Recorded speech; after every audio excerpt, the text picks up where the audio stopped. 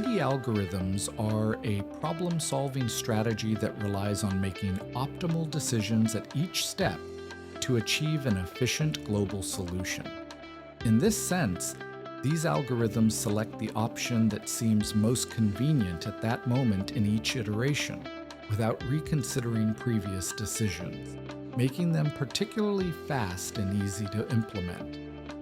Their effectiveness depends on the problem meeting certain properties, such as optimal substructure and the greedy choice property, which guarantee that a locally constructed solution will lead to a globally optimal result.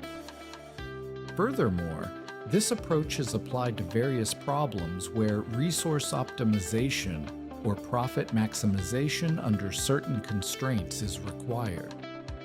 Consequently, the practical application of greedy algorithms is seen in classic problems such as activity selection, minimum spanning tree construction, and route optimization, where making immediate decisions allows for time-efficient solutions.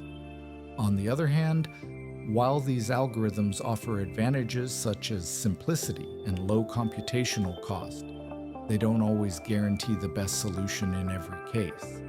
Therefore, it's crucial to analyze beforehand whether the problem meets the necessary conditions.